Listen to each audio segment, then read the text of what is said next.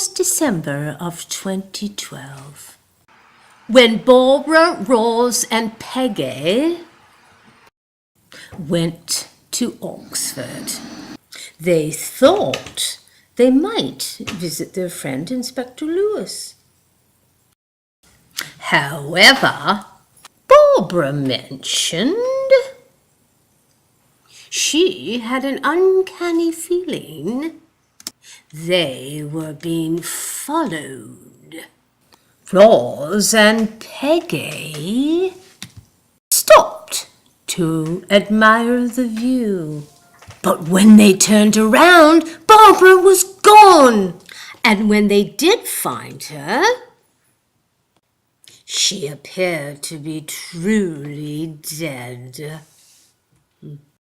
Ros raced to a phone and called her friend Inspector Lewis. He was at a pheasant shoot and couldn't come, but invited them down when their troubles were resolved.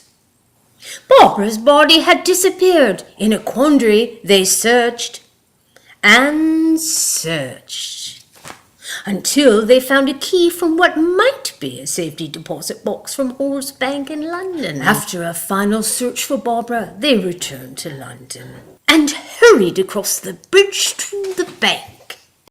Ros had been a member of Horse Bank all her life, as the Norburys have for generations. Once admitted, Ros discovered that the key did not fit the safety deposit box. However, the bank president told her that it reminded him of the safety deposit box in Horse Bank in Delhi.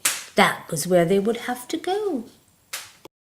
They phoned Barbara's twin sister Petronella. Petronella said she was in Vancouver, but in reality, she was on the tube following them to Heathrow.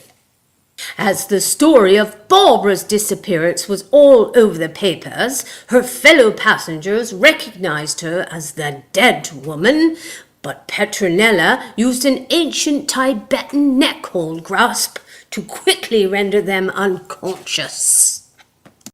Neither Rosamond nor Peggy realized they were being followed by Petronella. Ah, Delhi, the city of vegetables, and more vegetables. Was this Petronella following them to Horse? Neither was aware of the disguised woman. The holy man gave directions to the bank. It was a short tuk-tuk ride away. At last, Horse of Delhi.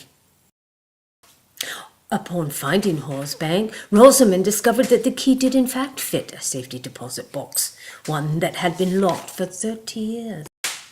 And inside the box was another key and a document showing a small city near Varanasi called Mirzapur. The piece of paper with the words Mirzapur on it. And this was a surprise because Mirzapur was the town where Rosamond was born and where her sister now ran a choir in an orphanage. There are 2 ways to get to Mirzapur. The most unpleasant is by train, so they bought 2 tickets and Petronella, disguised as this woman, followed. On the train, Peggy and a group of young detectives discussed the key which came from Mirzapur. Petronella was always watching them and never seen, watching and waiting. Once the train stopped in Mirzapur, they called Rosamond's old mentor Kusum. Kusum said she didn't know what the key would open, but she did know where it was possibly made, and they would go the next day. She arranged to visit the smelter. En route, they stopped at a cafe, and Peggy thought the tourist beside her looked familiar. Very familiar. In Mirzapur, they found the smelter that made the key. A smelter where WCB is not an issue. An old foreman said those keys were made for a family named Norbury. If they went to the old Norbury house, they might find a trunk. On their way, a chai cup maker mentioned someone may be following them. And then Petronella showed up at the smelter, asking about the key, but they told her nothing. Rosamond, Peggy and Kusum decided to visit Varanasi and say a prayer to the gods of the Ganges for luck on their search for the trunk. And so did Petronella. Oh, what a sad sight the old Norbury house was. In the old building, they found a trunk. The key didn't fit, but they smashed it open and found hundreds of keys. A drink was in order, a good strong green drink, and they went through a secret door to the Merseypool Club. It was empty and dusty. Had they seen this person before? She seemed vaguely familiar as she sat quietly by the window. Peggy took a picture of the mysterious woman. In the library, they found a copy of Lorna Doone, and the last person to take it out was R.D. Blackmore. Custom told them R.D. Blackmore was a good friend of the family and had moved to Delhi 30 years ago. Petronella had tapped their phone and heard everything. She ran to catch a plane to Delhi. Rosamond and Peggy took the train. It took a number of tuk-tuk drivers to find the house where R.D. Blackmore lived. In fact, it wasn't a house any longer. It was a room in the basement of the monkey temple. They found the trunk, and one of the keys opened it. And in that trunk was a beautiful jeweled monkey and a note that said, "Your next stop is the blue city of Jodhpur." Petronella was listening at the monkey's mouth, and when she turned around, she had an odd feeling she was being followed. Petronella and Barbara were almost identical twins. They were the last members of a tontine. A tontine is a group of people who decide that the last one living of the group receives all of the money of all the people in the group when they die.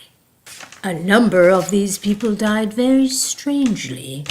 One was squashed by an elephant, and 2 drowned in the Ganges, and 3 fell off the tower of the Red Fort in Jodhpur, which just left Petronella and Barbara. Jodhpur is a medieval city, and Rosamond and Peggy's Inn was over 500 years old. They doubted it had always been called the Cozy Inn.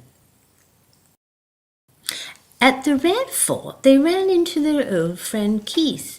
And who was he with? Barbara or Petronella? Keith said that Barbara had phoned him from Oxford when she feared Petronella was trying to kill her to win the tontine. And Keith suggested that Barbara fake her death and come straight to India, assuming Petronella would follow Peggy and Rosamond as they searched for Barbara. And as they discussed this over dinner, they realized Petronella had followed them to India. Now the question was, which one was Barbara and which one was Petronella? Barbara or Petronella?